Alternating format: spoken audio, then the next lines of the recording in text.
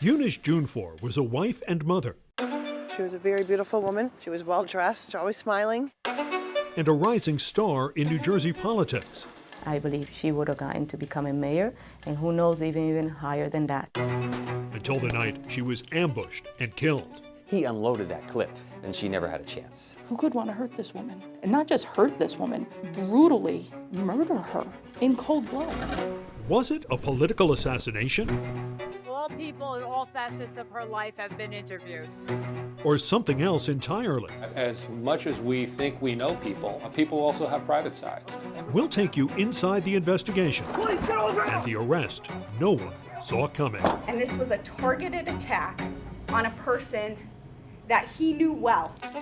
The investigation of this incident was not a search for the truth. This was sweeping the truth under the rug. Crime Files starts now.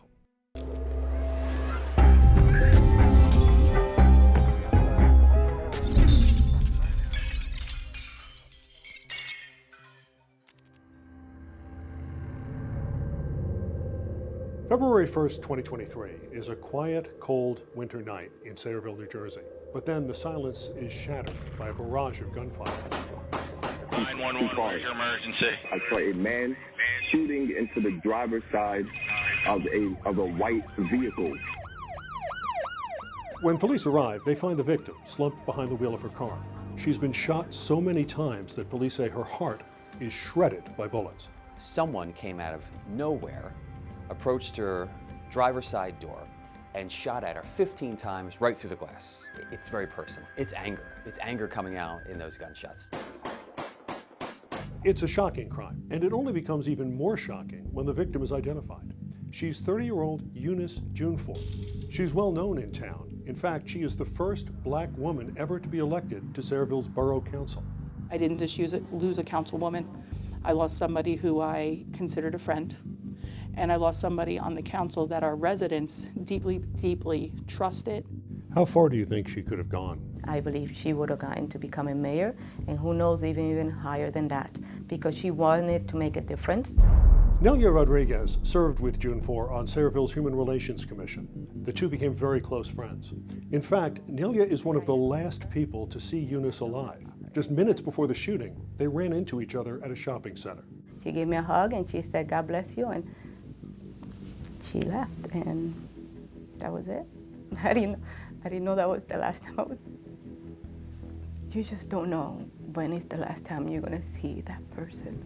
As Eunice returns home from the shopping trip, she has no idea there's a gunman waiting in the shadows.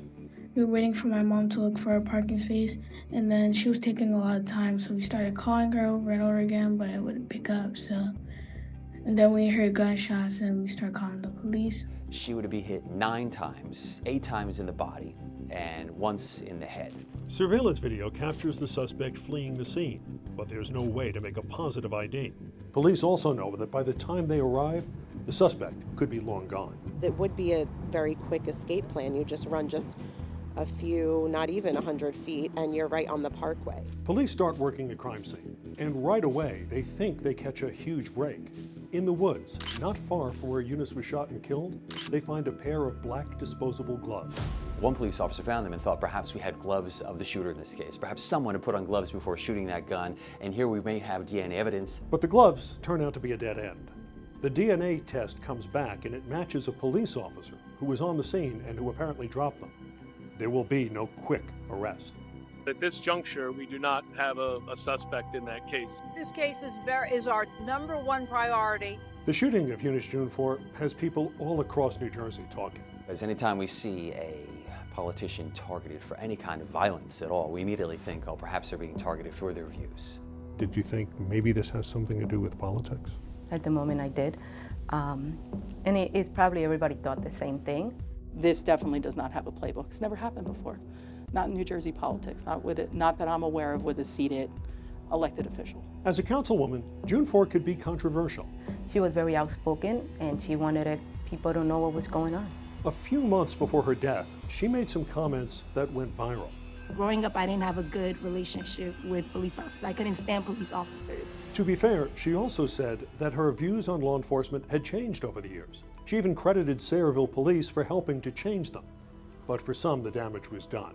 In fact, the local police union demanded that Dwumfour be removed from her position as Sayreville's public safety liaison. Some people who were in law enforcement thought that perhaps she should stay in her lane, that perhaps she was speaking out of turn, that she didn't know what she was talking about because it was the first time on this committee.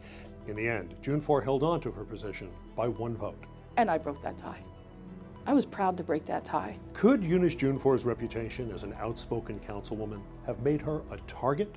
We know for a fact that police did start to investigate what was going on within that council. We know that council members were interviewed.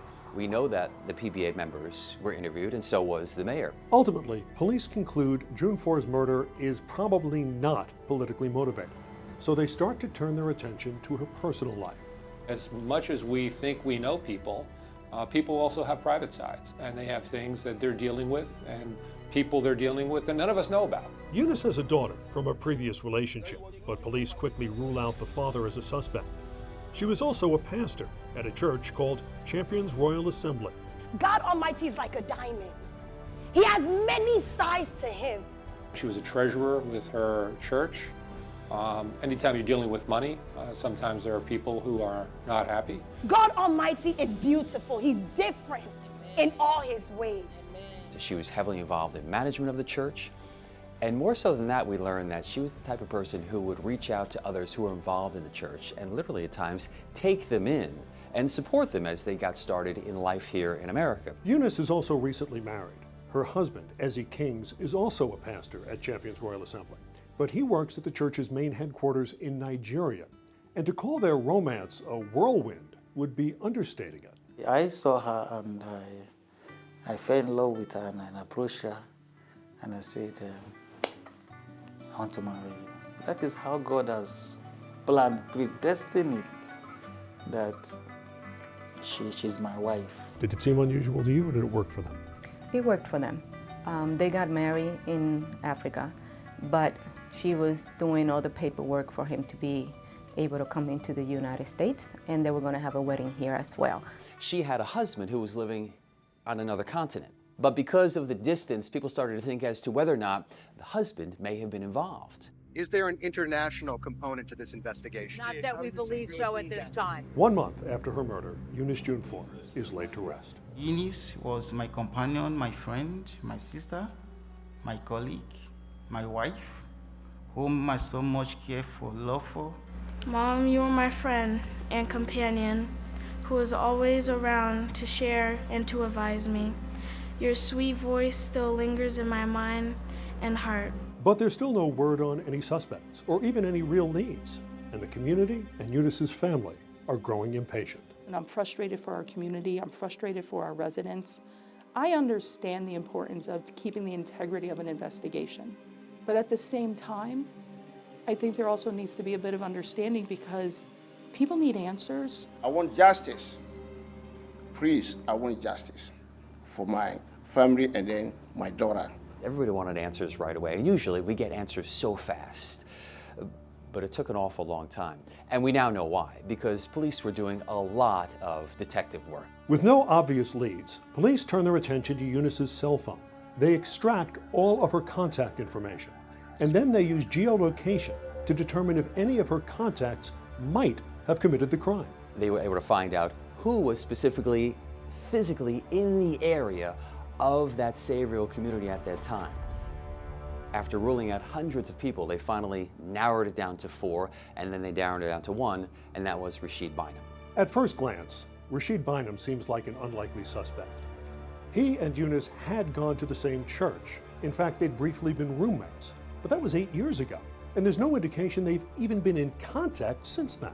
I remember her mentioning him one time, and I remember she said something about she was helping him with, I believe was counseling him or something. Mr. Bynum at the time was a very young 18, 19, 20-year-old person who was in the college group of the church. So I think it was a mentor, mentee, big sister, little brother sort of relationship.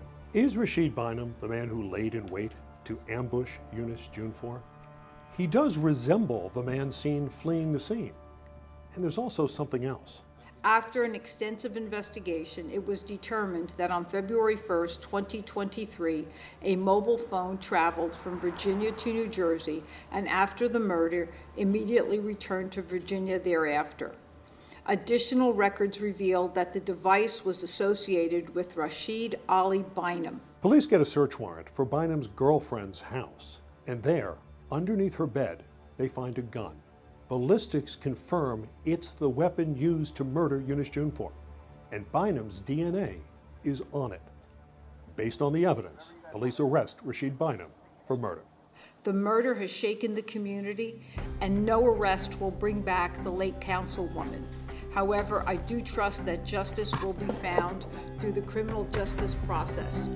Coming up, Rashid Bynum stands trial for murder. He left her daughter without a mother, her husband without a wife. But there will be no evidence presented which proves that it was Rashid Bynum who pulled the trigger. When Crime Files continues.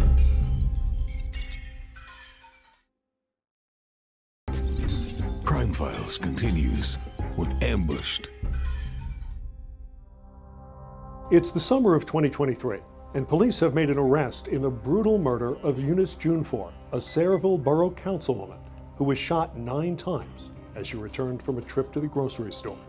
We have here someone who planned, premeditated, drove hours from one state to our state, came here, lied in wait, and ambushed an unassuming individual.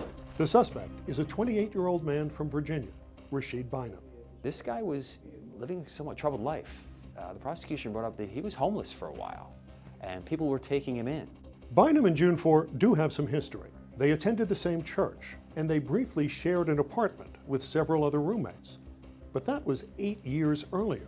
I have not seen anything that would constitute a motive for Rashid Bynum to commit this crime. Motive or not, the evidence against Bynum is compelling. Police recovered the murder weapon at Bynum's girlfriend's house, and his DNA is on it. You show a jury, you have the murder weapon, and you have DNA of the man they see in the courtroom sitting there. Right away, they have the forensics on their side. But Bynum's attorney insists the prosecution's case isn't as strong as it looks. Was there someone who identified Mr. Bynum as the trigger man? Was there someone who otherwise witnessed this crime or could proffer any motive? There is not proof beyond a reasonable doubt. In May 2025, Bynum's trial gets underway. Prosecutors begin with testimony from eyewitnesses, people who actually saw the shooting happen. Then I saw a man standing at a car with a gun in his hand. He then proceeded to shoot a couple more times. I watched him let off multiple rounds into the driver's side window. But witnesses stopped short of positively identifying Bynum as the man who pulled the trigger. He had his hood up. I saw either braids or dreads down to the bottom of his earlobes. The defense says, listen, that could be anybody. There's no positive ID on my shooter. Prosecutors try to make up for the lack of a positive ID by using Bynum's cell phone to place him at the scene of the crime. We had cell phone records of the device number belonging to Mr. Bynum near the homicide location. He was receiving incoming and outgoing calls prior to the homicide and after the homicide. He was ratted out by his own phone. They tracked literally on a map for jurors the line and the trip he took all the way north to New Jersey. They watched him go all the way back down Virginia and eventually drive and land at his girlfriend's house at 2 o'clock in the morning. The defense argues the cell phone records don't prove much of anything. Sure, they say, Bynum was in New Jersey, but that doesn't mean he killed Eunice Dwumfour. This device that was associated with Mr. Bynum was never, ever where the murder happened. It was about half a mile from where the incident occurred. But prosecutors have one piece of evidence that will be hard to escape, the murder weapon. It was found in Bynum's girlfriend's house. Mr. Rashid Ali Bynum is a contributor to the mixture of DNA that was obtained from that item. The defense notes Bynum isn't the only person whose DNA was found on that murder weapon. Also, his DNA is on the grip and on the slide of the gun, but police were not able to recover any DNA from the trigger. Nothing about the DNA analysis shows that Mr. Bynum touched the trigger of this weapon. Again, being that there was no results obtained there, I can't We have nothing there to positively associate him there. There was other DNA on that gun. Perhaps, was he holding it for somebody else? Did somebody else shoot Eunice? That was the question they were trying to raise, because that's all they needed, just one person to say, I'm not sure, I'm not ready to convict this man of murder. Through weeks of testimony, one question has gone unanswered. Why would Rashid Bynum want Eunice Dwumfour dead? Now, the jury is about to hear from the prosecution's star witness, Rashid Bynum's girlfriend, Kelsey Henley. So you figure if we're going to get some answers from anybody, it's going to be from the girlfriend of the shooter in this case. We know they were in communication that night. We know that he drove to her house at 2 o'clock in the morning on the night of the murder. So you figure she has to know something. Before Henley can even testify, prosecutors make an explosive accusation. They accuse Bynum and his family of witness tampering. The morning that Kelsey Henley was supposed to come here and testify on that stand, this defendant called her up in the morning and tells her, you don't have to come, don't do this, plead the fifth, over and over and over again. He's been talking with her up until the day that she is going to testify, pleading with her. Listen, you don't have to do this. But she does have to testify. She's a witness for the state, and she's being subpoenaed to take the stand and testify. And Henley does take the stand, testifying that Rashid Bynum gave her the handgun, which was later identified as the murder weapon. And where were you when the defendant gave you the gun in the bag? We were sitting in my car. Henley's testimony is obviously key to the prosecution's case, but it's also notable for what she doesn't say. She's never asked any questions about why the crime might have been committed. She was never asked, did you ever know Eunice Dwumfour? Did you ever hear Rashid Bynum talk about Eunice Dwumfour? Have you ever heard the name? Do you know where he was that night? Do you know why he was in New Jersey on the night she was murdered? Nobody asked her those questions. Under the law, prosecutors don't have to prove why Bynum committed murder. They just have to show that he did. So they rest their case. And then, in something of a surprise, the defense chooses to call no witnesses of its own. You can question, why didn't you take the stand and say, this is why I was in Sayreville, not to take Eunice's life, I was there for another reason. Don't worry about it. But he never takes a stand, never explains himself, just kind of lets it ride. To decide this case fairly, my client must be granted the sincere presumption of innocence. Part of your function is to ensure that Mr. Bynum is not punished for crimes that he did not commit. He left her daughter without a mother, her husband without a wife, and her parents without a daughter. What you saw during this trial was cold, hard facts. It's not a mystery, and it is not guesswork.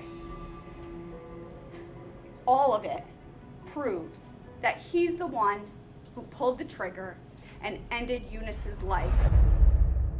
Coming up, Judgment Day for Rashid Bynum. How do you find as to count one of the indictment charging Rashid A. Bynum with murder? When Crime Files continues.